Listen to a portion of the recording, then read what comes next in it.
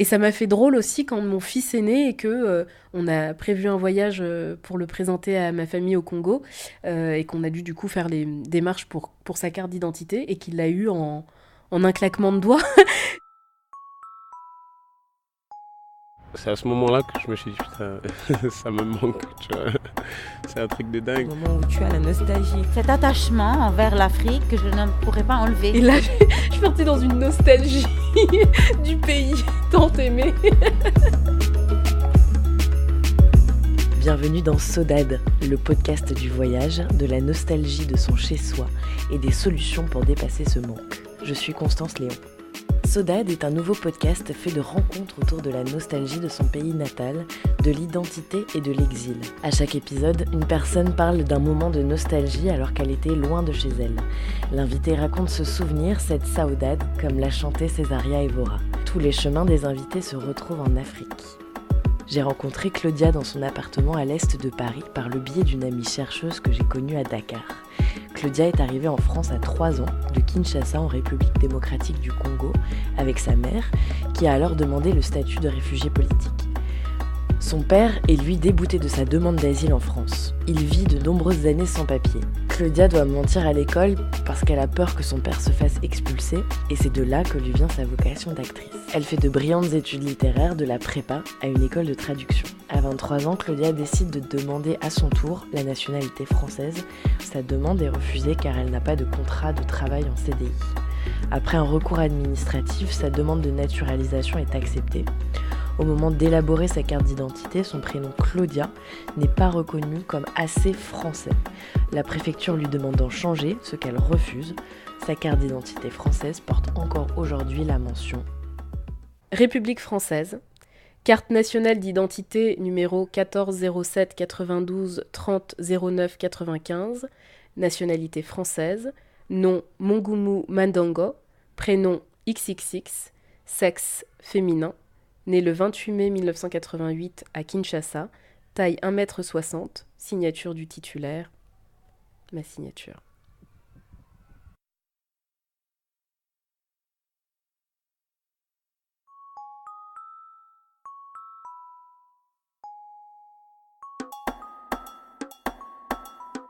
Comment tu fais pour digérer cette expérience qui t'est propre et en même temps vouloir que ton fils et ton amoureux, que vous construisiez une vie ensemble qui se trouve en France? Je suis déracinée. Il y aura toujours cette souffrance-là en moi et en retournant au Congo, je me suis rendu compte que j'étais d'ici. J'ai été pétrie dans le moule français avec tout mon héritage congolais qui fait que je suis ce que je suis et que je suis certainement une Française un peu différente du français qui a une généalogie plus ancienne sur le territoire. Mais mon retour au Congo a été violent sur le plan intérieur parce que je me disais, je vais réussir à recomposer un peu mon puzzle identitaire et très vite, en fait, là-bas, ils m'ont dit, mais tu n'as de noir que la peau et t'es pas comme nous, en fait, on est très différents et oui, parce qu'on est la culture dans laquelle on baigne, on a beau, moi j'avais une double culture avec mes parents congolais à la maison et puis la France tout autour. Mais je trouve que la France ne facilite pas pour certaines origines, parce qu'il y a des origines qui sont valorisées. Quand on est franco-américain, c'est très cool. Quand on est congolais, surtout à l'époque en plus des crises au Soudan, tout ça, moi quand j'étais petite, tout le monde pensait que j'étais fine parce que je mangeais pas beaucoup, parce que je venais d'Afrique en fait, mais non, en fait tous les matins je viens pas d'Afrique, j'habite juste à côté de l'école, donc c'est... mais donc ouais, et j'ai mis du temps moi à valoriser ma double culture. J'ai mis du temps déjà à dire à des proches, des amis proches que j'étais née à Kinshasa et pas à Paris. Je l'ai caché longtemps. À dire que je parlais le lingala. D'ailleurs, j'ai fait une école de traduction en anglais, espagnol, français et j'ai pas parlé du fait que je parlais lingala, c'est venu plus tard, c'est en rencontrant Paul qui, lui, s'est intéressé à moi et à mes origines et qui, du coup, a appris le lingala et qui m'a permis aussi de me rendre compte que, oui, j'avais toute cette partie qui était très riche, mais que j'essayais de cacher pour avoir l'air le plus français possible. Sauf qu'en plus, avec ma couleur de peau, on est toujours renvoyé à un ailleurs. Enfin, je peux pas me cacher tant que ça. Je crois que c'est vraiment la difficulté. Pour moi, c'est un défi de notre pays. Ça désunit pas la différence, en fait. Ça crée des liens, on s'intéresse à l'autre, et puis je trouve ça triste, en fait, de voir cette peur et cette volonté d'uniformiser, cette volonté d'assimiler, de naturaliser. Enfin, je veux dire, c'est... Et puis, voilà, dans certaines situations, je me sens vraiment française. Dans d'autres, je me dis, ah tiens, ça, c'est plutôt le côté congolais qui ressort.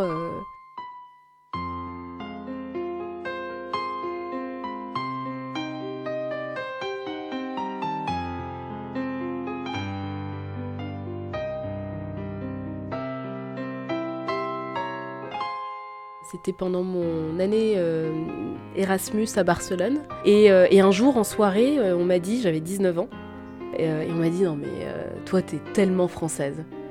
Et c'était la première fois qu'on me disait ça de ma vie. J'ai eu une réaction physique à ce qu'on m'avait dit, parce que la personne m'a dit, mais on dirait que c'est la première fois qu'on te le dit. Je lui ai dit, oui, c'est la première fois, merci. Puis ouais, en plus à ce moment-là, il y avait une musique que j'écoute pas du tout, je sais pas, c'est un truc un peu kitsch français.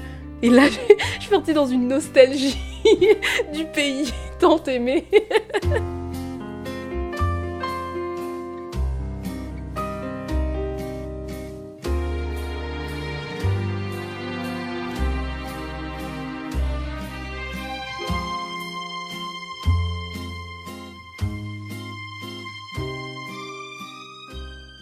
Tu parles de la manière dont les gens te regardaient, notamment ta couleur de peau.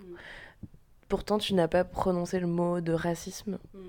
Est-ce que c'est volontaire ? C'est très difficile en fait, parce que moi je me rends compte que je me force à moi toujours rester digne, faire preuve de respect, parce que je sais qu'on m'attend au tournant. Si je me mets à être agressive, voilà, c'est sûr, elle est noire, donc qu'est-ce qu'on attendrait d'autre d'elle ? Je crois que collectivement il faut qu'on s'interroge sur ce que c'est que le racisme et sur ce que c'est que... surtout la non-acceptation de la différence, quoi. Et puis, en plus, je parle de différence, mais moi, par exemple, je suis en couple avec Paul qui a la peau blanche, et on me dit... on nous qualifie de couple mixte. Mais nous, on se vit pas du tout comme un couple mixte, en fait.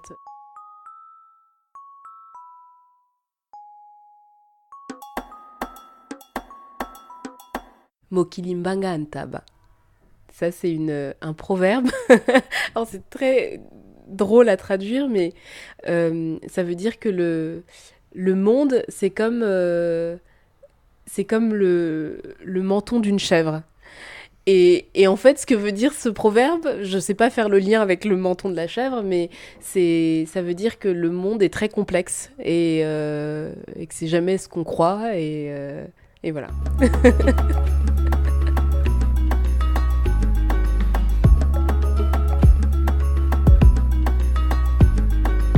Je racontais à un ami français que mes cousins allaient venir d'Allemagne et qu'on allait les héberger, qu'on allait passer 15 jours ensemble.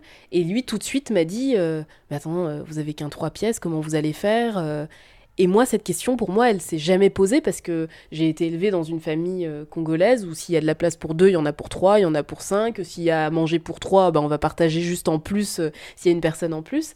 Et donc... à ce moment-là, je me suis dit, non, je sais pas, ils vont venir et puis on avisera, on est ensemble. C'est pas, ça peut pas être une limite de se dire, il n'y a pas assez de place. Si, on en trouvera. Moi, je dormirai sur un matelas au sol. Et puis, et lui, ça lui paraissait complètement fou parce que avant de faire preuve d'hospitalité, faut d'abord s'assurer qu'il y a de la place pour tout le monde, que chacun a bien son espace. Ça, c'était un côté plutôt congolais. Et au Congo, le besoin d'espace vital, c'est très collectiviste. Et donc tout le monde est tout le temps ensemble. Et quand décide de sortir du groupe, le groupe pense qu'il y a un problème. Nous, avec Paul, il y a un jour où on leur a dit, bah, écoutez, on veut prendre l'air, juste aller se balader un peu. Et donc tout le monde était un peu inquiet. Mais vous êtes sûr que ça va? Non, non, mais demande aux cousins de les accompagner parce que je crois que ça va pas. Ça va, on va juste prendre l'air. Et en fait, cette idée de prendre l'air et de se retrouver avec toi-même,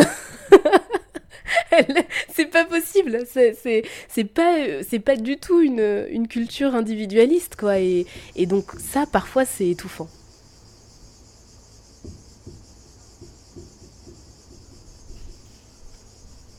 Par exemple, j'avais dû choisir des motifs pour une tenue pour faire la fête. Et donc moi, on me demande de choisir un motif, un tissu. Je le choisis en partant de ce qui, moi, me plaît. Quand on choisit un tissu, on représente la famille. Je fais un premier choix, puis je sens que mes cousines, mes tantes, ma mère me disent « Ah, t'es sûre, tu veux pas plutôt celui-là ?» Bah non, non, je veux vraiment celui que j'ai choisi. Bon, on va aller dans une autre boutique. Puis là, pareil, je choisis un motif, et puis elles essaient de m'aiguiller vers autre chose. Et là, je me rends compte que, en fait, on me demande pas à moi, Claudia, de choisir quelque chose. On demande à Claudia de choisir quelque chose qui va représenter le groupe. Et donc, il faut que le consensus soit celui du groupe. Et donc, j'ai tenu tête et j'ai fini par prendre ce que moi, je voulais. Mais ça a heurté beaucoup de des membres de ma famille. Et elles m'ont dit, mais de toute façon, depuis toute petite, t'as toujours été tête de mule. Et ça a été hyper violent. Enfin, j'ai fini presque en larmes, quoi. Je leur disais, mais laissez-moi choisir ce que je veux. Enfin, et en fait, dans leur culture, elles n'arrivaient pas à comprendre ce que ça voulait dire, enfin, choisir ce que tu veux. Enfin, on s'en fout de ce que tu veux. On veut pour le groupe, quoi.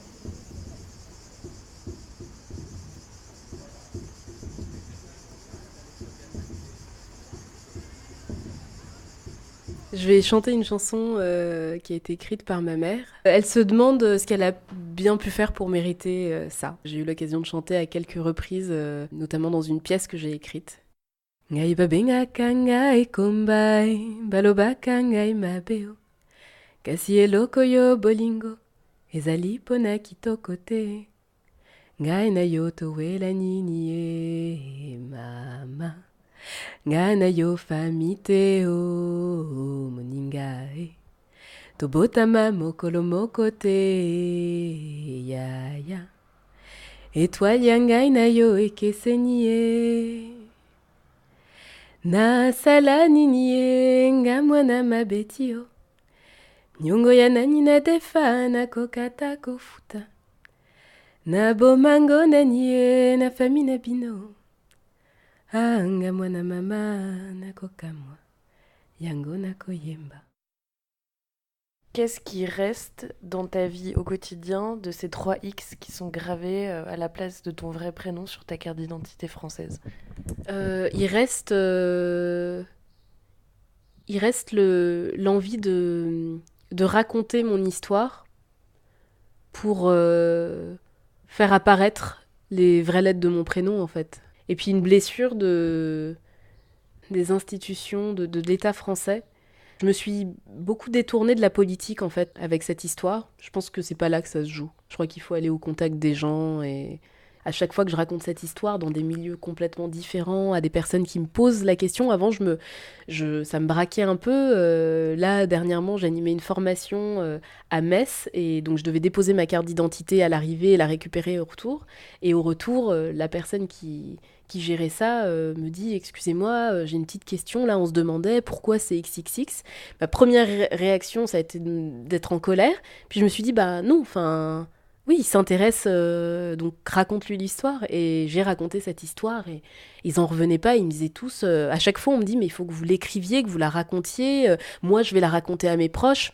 Voilà, pour moi c'est une bonne manière de faire avancer cette question et puis de penser un peu cette plaie qui est profonde. Est-ce qu'il y a une œuvre, peu importe la nature de l'œuvre, qui t'a inspiré et qui t'a aidé, qui t'a guidé face à ce qui s'est passé De manière générale, Proust m'aide beaucoup. Il y a certaines blessures, notamment dans Albertine disparue, certaines blessures qui nous paraissent insurmontables.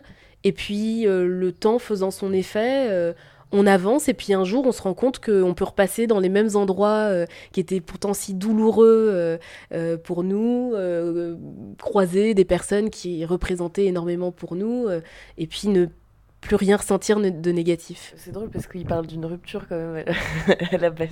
Oui, oui, oui.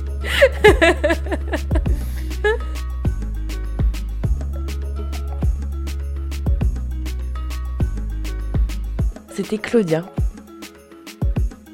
Entretien et montage par Constance Léon. N'hésitez pas à nous suivre sur Instagram et à nous laisser une myriade d'étoiles sur votre application de podcast.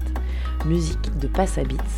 Sodade est une idée originale de Francine Pipien, un podcast du studio Gewell.